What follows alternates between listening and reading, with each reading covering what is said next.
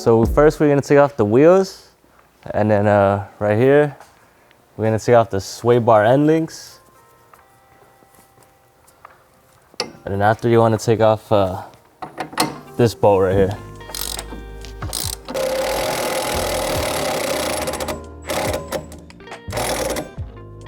So basically we're gonna pry this down, the lower control arm, to get this bolt out. I'm trying to release the tension to take the bolt off so we don't strip it. And then yeah, we should be able to take it off after I release the tension. After all that, I just take off these 3 bolts and it should just drop off. Just drop right off.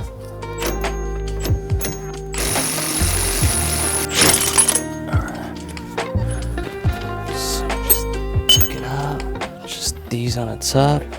Yeah, just those on the top should come right out.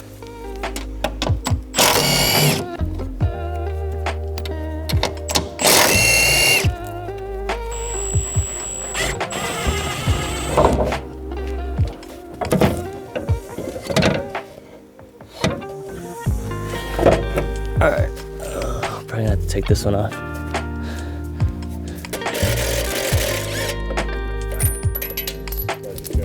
Yeah. Should position this.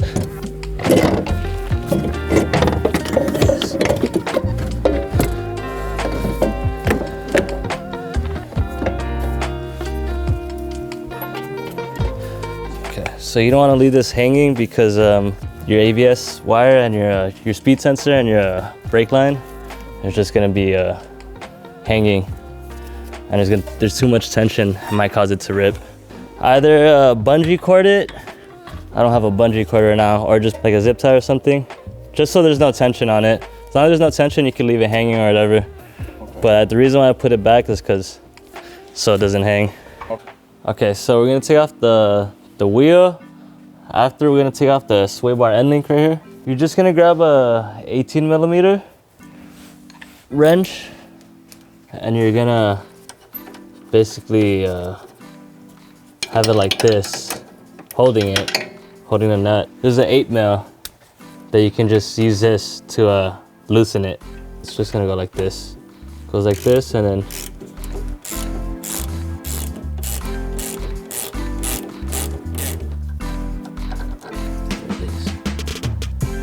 we're gonna take the lower control bolts off, lower control arm bolts, and we're basically gonna drop the lower control arm to get the spring out. But we're just gonna take off the nuts first, and we'll drop the car, release the tension, and then we can take the bolts off.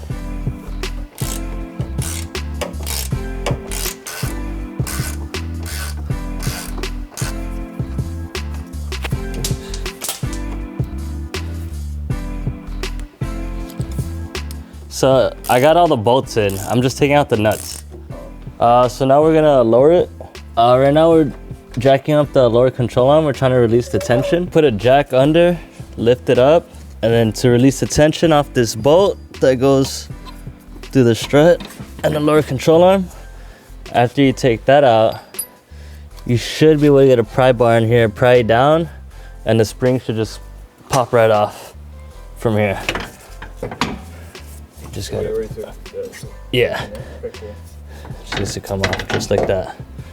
All these, I didn't have to touch. So I'm gonna just tighten them down right now. Yeah, let me just tighten these down then. Okay, now we're gonna take off the strut right here. There's 2 bolts that hold it on the top.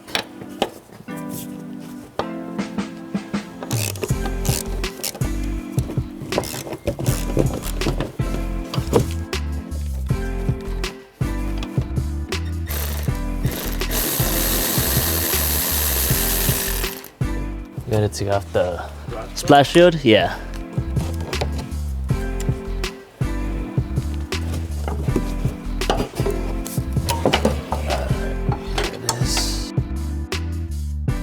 Since these are adjustable, you can adjust the height. And basically the max is how tall this is. So your stocks, I usually like to do 1 inch below stock, just to get started. Okay. So the easiest way is to match up the other side right now while they're both out. Match up the same height. so you don't gotta worry about it later.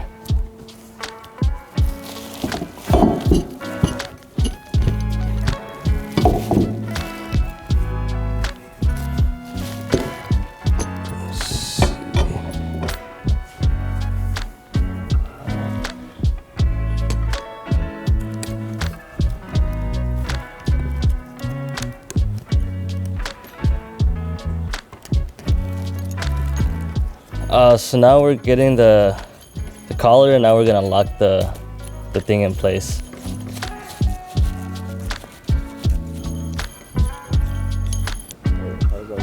Yeah, so for coilover, just one height until you adjust it. But this one you can adjust it with air. But this one you're kind of adjusting your max, how high you are, and then what you call it. Also, it affects your quality too.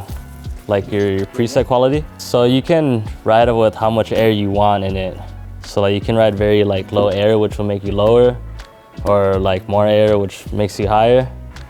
But you usually want to be like around the middle, so the air quality still has like bounce. It can still bounce and stuff. Okay. So I feel more comfortable that way. Because when you over pressurize it, sometimes like too much air, it'll be too stiff. The ride will be way too stiff. To prevent future leaks, we're just gonna get some Teflon tape, and we're gonna wrap it around the fitting that goes onto the bags right here.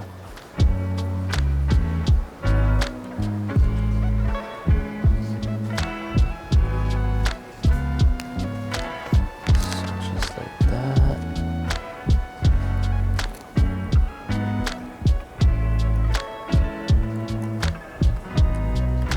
Just like that.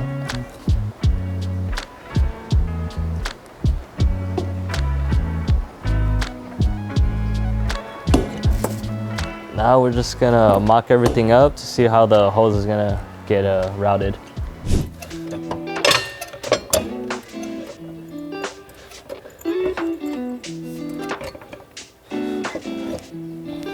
We're lifting the lower control arm since it is lower now. We gotta lift the lower control arm to match the height of this, just so the boat can go through.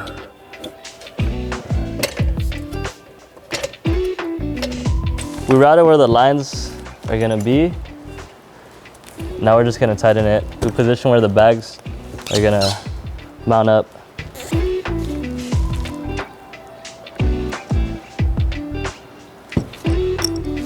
Right now we're just figuring out how we're gonna route the lines. What we figured out is we're probably just gonna run it up against this channel right here. Yeah, this whole thing, we're just gonna zip tie. Since it's already pre-existing hose, we're just gonna zip tie it to this, to the back, and then to the compressor in the rear. We're gonna take out this fitting right here, attach this one here, throw this one on. It's gonna go like that.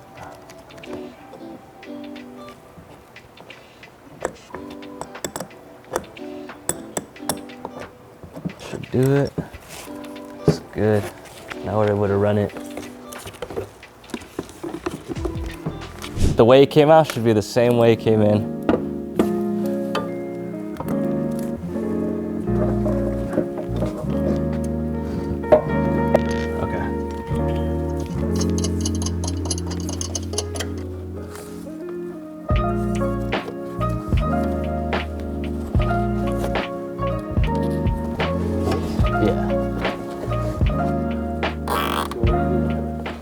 Right now, we're routing the lines, zip tying and making sure they're secured.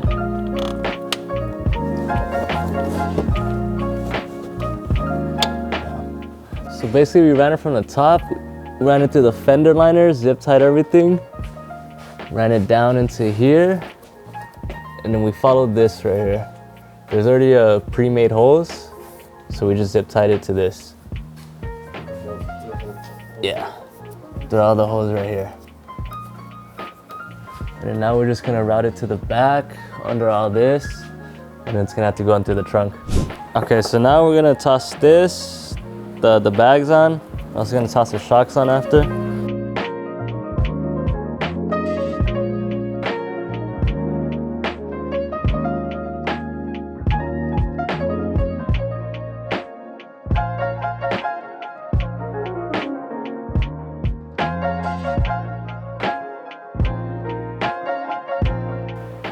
Now we're gonna toss the shock in. Just go in here. Just like that. We're gonna mount the 2 bolts to here.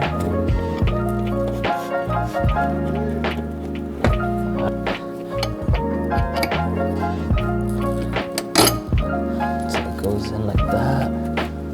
So we got the air tank right here. You're gonna have your compressors running through your water trap and then your compressors. So you have that whole line, then your water trap, and then the compressors. So we have that right here. We got 2 lines running into the manifold. So we have 2 lines running down to the manifold, to the intake. There's gonna be 4 lines that run out straight to your bags. So that's all the airlines that there is. I'm basically trying to figure out the routing for the airlines. It can't bind on anything.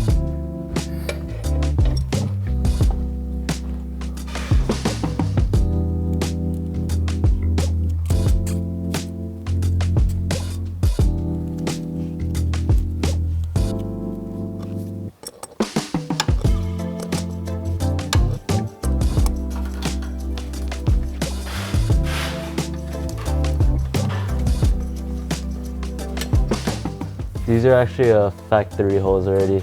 You just have to pop it out. There's a cover on both sides.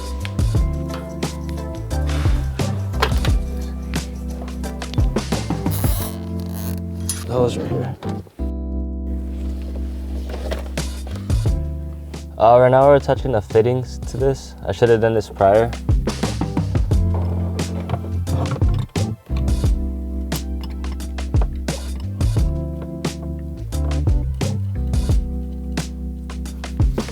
So now we're just attaching the rear left line to the manifold. This is all a temporary fitment, just to test everything.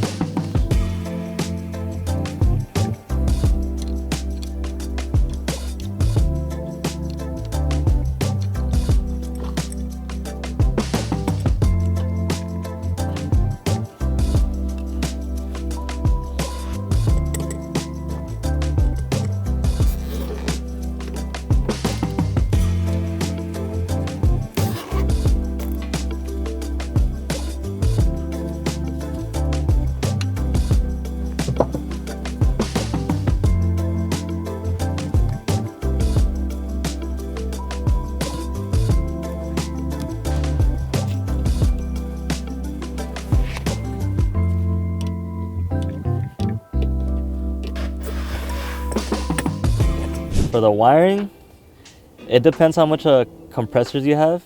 If you have 2, you're gonna have about 3 power plugs for it. You're gonna have 1 for each compressor, and then you're gonna have another for the manifold. You just run them from the straight from the battery. It should connect to the manifold harness for the signal. The plug for the manifold is gonna include this one, the white one, which should be for your remote or a controller. This one would need to run all the way to the front.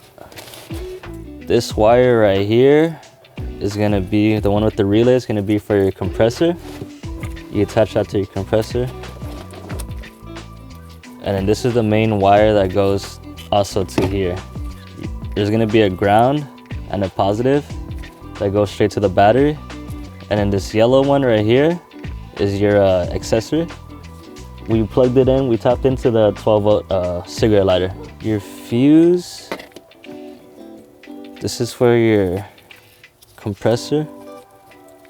You're basically just gonna need to take off the wiring and then crimp it down. Put it in and crimp it down. So you're gonna have 3 positive wires. You're gonna have about 3 positive cables coming from the wires. You attach that to the positive post down there where the battery is at, and you should have 2 grounds also. How we ran it was we basically stuck it under the carpet under here. We tore off this trim, should come off pretty easily. Pretty easy trim. Straightforward. Ran all the wires under the carpet. and then we tucked it into this panel. I didn't even remove it, we just tucked it right under it. Going straight to the back. Kept tucking it under. Released all the cables right here. You got your 3 positives for your compressor, or 2 positives for compressor. This is your remote wire. I wired up the remote to the 12-volt cigarette lighter. There's a whole diagram for this, and it basically just connects into where it says it connects. So it says pump, you basically connect to the pump. Your ground, I grounded it to the seat where the mounts are. If you want it hidden, you can try hiding it under everything in the compartment. Okay, so the application is available for both Android and iPhone. Right here we have an Apple, and so you can go to the App Store and download it, and it's just gonna sync in through Bluetooth. So connect it to the previous device, yes. And now we already have it connected. So if we just go, you gotta select the rear and the front, and then we're just gonna go up. So it just went up. And as to connect the device, all you have to do is just go over here under the settings, if you follow me. In order to connect it through the app, you will need to connect it through Bluetooth. Let me take it out really quick. So, and also comes with your holder for the controller. But you will need to press both the front and the rear and hold it for 2 seconds. So I'm gonna go ahead and press it. Just hold it for 2 seconds. In order for you to connect it to the controller, it's gonna ask you for a password, and the password is gonna be this particular number, 00. Well, it depends on your device, but for this particular one, it's 003013, and so that's the password you need to input into the Bluetooth in order to connect into the controller successfully. So I'm gonna go ahead and get out of the system. So that's pretty much it. Okay, so right here we have the app. Once you're all connected, you can control everything. So to save a setting, you can just find the right height that you like, and then you can just hold 1, 2, or 3, and it'll say memory is successful.